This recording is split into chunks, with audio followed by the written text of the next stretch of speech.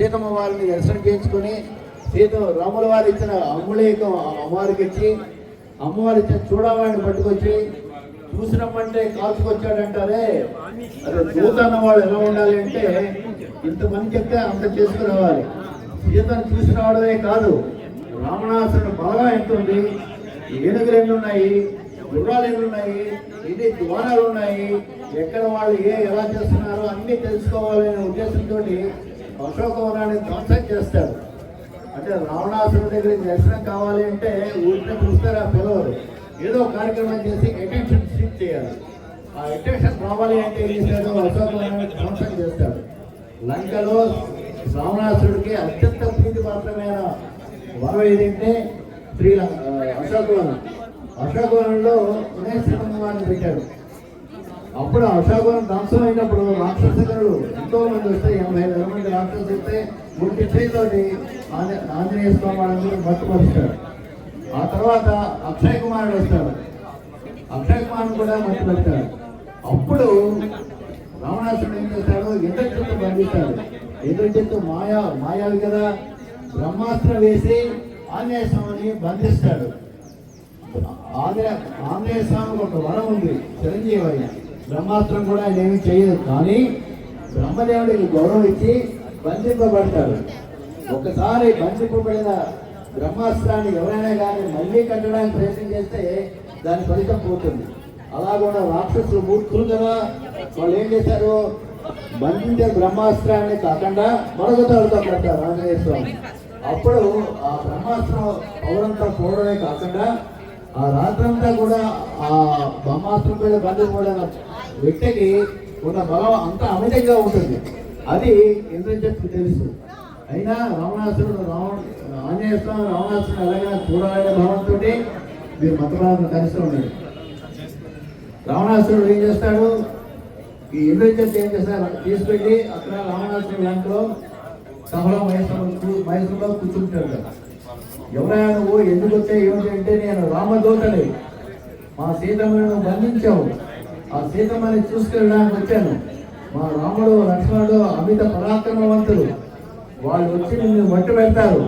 అది పెట్టకముందే బుద్ధి తెచ్చుకొని సీతమ్మని నువ్వే తీసుకెళ్ళి రాముడి శరణు కోరి సీతమ్మని అప్పచెప్పయ్యా అని చెప్పి ఆంజనేయ స్వామి లంకేశ్వరుడి కంటే ఎవరైనా ఊరుకుంటారు. అలాగా లంకేశ్వరుడు చాలా బలవంతుడు. ఇంద్రునే చేయించి ఇంద్ర ప్రస్థానాన్ని తీసుకున్నవాడు, అంత గొప్పవాడు. కుబేరుని తమ్ముడు కుబేరుని జయించి లంకనే సాధించడం కుటుంబమానం కూడా తీసుకున్నారు.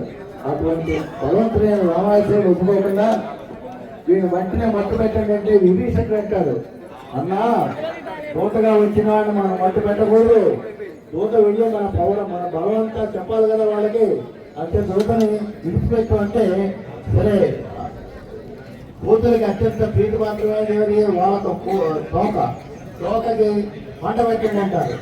మంట పెడితే ఆ మంట పెట్టడం కూడా దాన్ని సద్వినియోగం చేసుకుంటాడు ఆంజనేయ స్వామి. ఎలాగా 4 ప్రాకారాలు అన్ని ఇల్లు వాకళ్ళు అన్ని కూడా చూస్తూ అన్ని కాలుస్తూ ఒక విభీషణుడు ఇల్లు సీతమ్మవారిని అశోకవనం తప్ప మిగతానంతా కూడా కాల్చేస్తాడు. ఆ కాల్చడంలో ఉద్దేశం ఏంటి, కాల్చున్నప్పుడే అన్ని చూస్తాడు. ఇక్కడ ఈ గేట్ ఉంది, ఇక్కడ ఈ గేట్ ఉంది, ఇక్కడ ఈ ద్వారం ఉంది, ఇన్ని ఏనుగులు ఉన్నాయి, ఇన్ని గుర్రాలు ఉన్నాయి, ఇంతమంది రాక్షసులు జనం సైకిల్ ఉన్నారు అని అంతా కూడా ఒక అవగాహన తెచ్చుకొని రామచంద్ర ప్రభు దగ్గరికి వెళ్ళినప్పుడు అన్నీ చెప్తాడు. ఎవరు ఎక్కడ ఎంతమంది ఉన్నారు, మనం ఇలా వెళ్ళాలి, అలా అదే గోప్రతాలతో లక్షణం. అంటే చూసినామంటే వెళ్ళి వచ్చేయడం కాదు, అలా కాకుండా మిగతా విషయాలు కూడా తెలుసుకొని మన ప్రభుకి ఏం చెప్తే మంచి విషయాలు కావాల్సిన టైం అవసరం ఉంటాయని కూడా తెలుసుకోవాల్సిన ఆవశ్యకత ఉందని ఆంజనేయ స్వామి గోపుగా అది నిర్వర్తించి మనందరికీ కూడా సందేశం ఇస్తారు. ఏదైనా పని చెప్పుకున్నామంటే అంతకు వెళ్ళంటే వీళ్ళొచ్చేయడం కాదు, ఏం చెప్పారో అన్నీ సరిగ్గా చేసుకొని రావాలి. అలాగా చేసినటువంటి ఆంజనేయ స్వామి వెనక్కి వచ్చినప్పుడు అప్పుడు శ్రీరాములు వారు వాళ్ళని కడతారు. వాళ్ళని ఎలా కడతారు, ఆంజనేయ స్వామి రాక్షసులు మిగతా వానరులందరూ కూడా కొండలు రాళ్ళు చెట్లు అన్నీ చూస్తుంటే వాటిని శ్రీరామాన్ని పేరు రాసి చేస్తే పేరుతో ఉంటాయి. రాముడు కూడా ఒక రాయి వేస్తాడు, గురిపోతుంది. ఏడు లక్షల రూపాయలు నేను నా పేరు రాష్ట్ర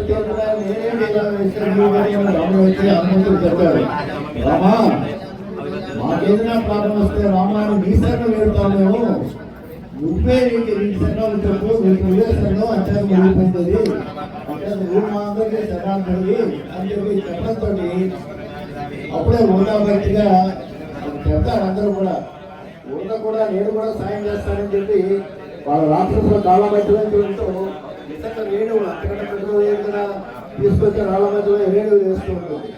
అందరూ నవ్వుతుంటారు రాష్ట్రంలో అందరూ కూడా. కానీ రామచంద్రుడు దృష్టి ఆ ఊట మీద పడి తీసుకొని పైన ఎదుగుతాడు.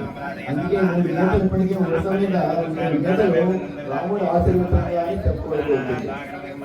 అలాగా వాళ్ళని కట్టి వాళ్ళు వెళ్ళి రావణాసురుని సంహారం చేసి సీతమ్మ వారిని సరే అగ్ని ప్రదేశం అనుకోండి, సీతమ్మ వారిని తీసుకొచ్చి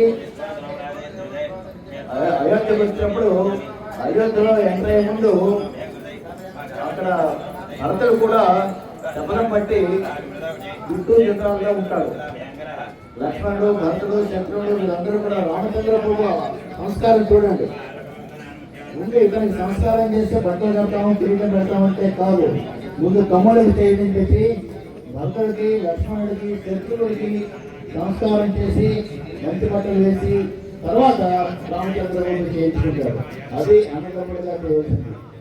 రామచంద్ర ప్రభు మనకి ఎంత స్ఫూర్తి అంటే ఒక కొడుకుగా, ఒక అన్నగా, ఒక భర్తగా, ఒక రాజుగా, ఒక చక్రవర్తిగా, ఒక మంచి ఆదర్శమూర్తి అయినటువంటి వాడు శ్రీరామచంద్ర ప్రభు. అటువంటి శ్రీరామచంద్ర ప్రభు పట్టాభిషేకం వీడు వెనక్కి వచ్చిన తర్వాత జరగబోయే పట్టాభిషేకాన్ని మనం ఇప్పుడు తెలుసుకుంటున్నాం. అంటే శ్రీరామచంద్ర ప్రభు 14,000 వనవాసం వెనక్కి వచ్చాక అత్యంత వైభవంగా పట్టాభిషేకం జరుగుతుంది. పట్టాభిషేకం జరిగిపోయే ముందు నవగ్రహాన్ని, అష్ట దిక్పాలకుల్ని, ఋషుల్ని, సమస్త దేవతలు, 3 దేవతల్ని, అది జనక మహారాజు అందరినీ అందర రామ పరివారం అందరినీ కూడా ఆహ్వానం చేసి ఇక్కడ మండపాలను చేస్తున్నారు. ఇక్కడ నలుగురు కూడా ఇక్కడ జరిగేది అంటే పట్టాభిషేకం జరిగే ముందు సమస్త దేవతల్ని ఆవాహనం చేస్తే అంటే ఈ ప్రాంగణంలో 3 దేవతలు, ఋషులు, అష్ట దిక్పాలకులు, నవగ్రహాలు అందరూ ఇక్కడ ఉన్నట్టు అనమాట. వాళ్ళందరినీ ఆవాహన చేస్తున్నారు రక్తస్వాములు వారు. ఇప్పుడు అయిన తర్వాత ఇక్కడ పట్టాభిషేకం రాముల వారికి ఆ పట్టాభిషేకం చేస్తాం. అంటే పట్టాభిషేకంలో మొన్ననే మహాకుంభమేళ అయింది. మహాకుంభమేళ 144 సంవత్సరాలకు ఒకసారి వచ్చేది. కుంభమేళ వచ్చేది ప్రతి సంవత్సరం 12 సంవత్సరాలకు పుష్కరం అవుతుంది. అలాగా ఇక్కడ నదీ జలాలు అప్పట్లో రాముల వారికి ఎక్కడెక్కడి నుంచో తీసుకొచ్చారు. మనకు కూడా రామానుగ్రహంతో ఋషికేశ్ నుంచి జలం, అలాగే హరిద్వార్ నుంచి యమునోత్రి, గంగోత్రి, త్రివేణి సంగమం, అందం, మహాకుంభమేళ. అంటే ఇంతకుముందు ఒక మహాకుంభమేళ అయింది, ఆ జలం కూడా వచ్చింది మనకి. అలాగే సరియు నది అంటే అయోధ్యలో ఉంది. రాముల వారు జగన్వారు నిత్యం స్నానం చేసే ఆ సరియు నది నుంచి జలం వచ్చింది. మన గోదావరి, గోమతి, అలకనంద, మందాకిని, రుద్రప్రయాగ, ఇప్పుడు రుద్రప్రయాగ మహాకుంభమేళ అవుతాం కదా ఆ జలం, బ్రహ్మపుత్ర, కృష్ణ, నర్మద, కావేరి, నందిగ్రామం. ఇదేంటంటే నందిగ్రామం దగ్గర రాముడు అడవులకు వెళ్ళినప్పుడు భరతుడు అయోధ్యలో ఉండలేదు. రాముడు లేని అయోధ్య నాకు వద్దని నందిగ్రామంలో పెట్టుకొని పాదుకలతో 14 ఏళ్ళు పరిపాలించాడు. ఆ నందిగ్రామంలో ఒక నది ఉంది, వెళ్ళిన వాళ్ళు ఎవరు అంటే చూసింటారేమో. ఆ నూతికి ప్రాశస్త్యం ఏమిటంటే ప్రపంచంలో ఉన్న అన్ని నదుల జలాలు అందులోకి వస్తాయి. భరతుడు ఆ జలంతో స్నానం చేసి రాముడికి నిత్య అభిషేకం చేస్తూ ఉండేవాడు. అక్కడ ఆ నది జలాలు కూడా వచ్చాయి.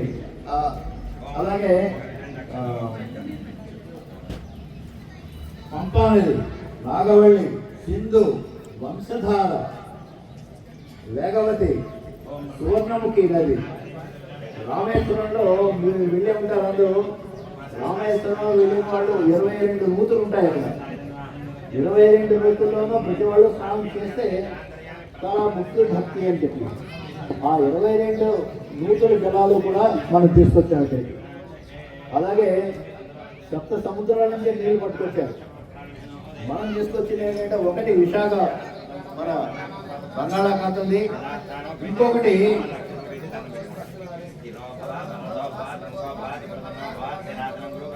అన్ని జలాలు అన్ని నదులు కలిసేది రామేశ్వరం దగ్గర ఒక జాగా ఉంది. ఆ రామేశ్వరం నది జలం పనికొస్తే అన్ని సముద్ర జలాలు వచ్చినట్టుగా భావన. ఆ జలాలు కూడా వచ్చేవారు. ఇవన్నీ కాకుండా నిన్న వచ్చే మనకి మన అందరూ చేసుకున్న భాగ్యమా రాముని అనుగ్రహమేమో మహాకుంభమేళా జలం కూడా వచ్చింది.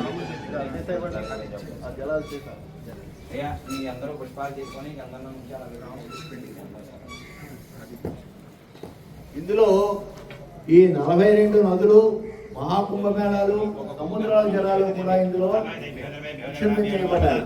ఈ జలాలు ఇందులో కలిపి ఆ జలాలతో మన అందరం కూడా శ్రీరాముల వారికి అభిషేకం చేయబోతున్నాము. మనం ఎంత అభిష్టంలో రామానుగ్రహం మీద ఎంత ఉన్నదాన్ని అనడానికి ఇదే నిదర్శనం. ఇంకా కొద్ది క్షణాల్లో మంటపారాధన అయిపోతుంది. అయిపోయిన వెంటనే అభిషేకం స్టార్ట్ అవుతుంది. అభిషేకం మూర్తుల్ని ఆ చిన్న మూర్తులు ఊరేగంగా ఎత్తున మూర్తులు ఇక్కడ పెడతాము. ఎవరో తొందరపడి లేవద్దు. ముందు వర్షం వాళ్ళు ఇలా వచ్చి జంటలుగా అభిషేకం చేసి మీ ప్లేస్లో మీరు వెళ్ళిపోయిన తర్వాత ఈ జంట వాళ్ళు ఇటువైపు ఆ దంపతులు అటువైపు నుంచి వచ్చి మీ ప్లేస్లో మీరు వెళ్ళిపోయాక నెక్స్ట్ వాళ్ళు ఇంకోటి వస్తారు. మీకు వచ్చినప్పుడు ఇక్కడ అభిషేకం మీరు చేసేది మీకు ఇవ్వబోయే రాముల వారి ముద్ర కూడా అభిషేకం జరుగుతుంది. ఆ అభిషేకం జరిగినప్పుడే రాముల వారి పాదాల దగ్గర పెట్టిన అయోధ్య నుంచి వచ్చిన స్కార్పులు శ్రీరామ స్కార్పులు దంపతులు కూడా ధరింపజేస్తాం. అప్పుడు స్కార్పులతో పాటు చాలా వైభవంగా కనిపిస్తుంది.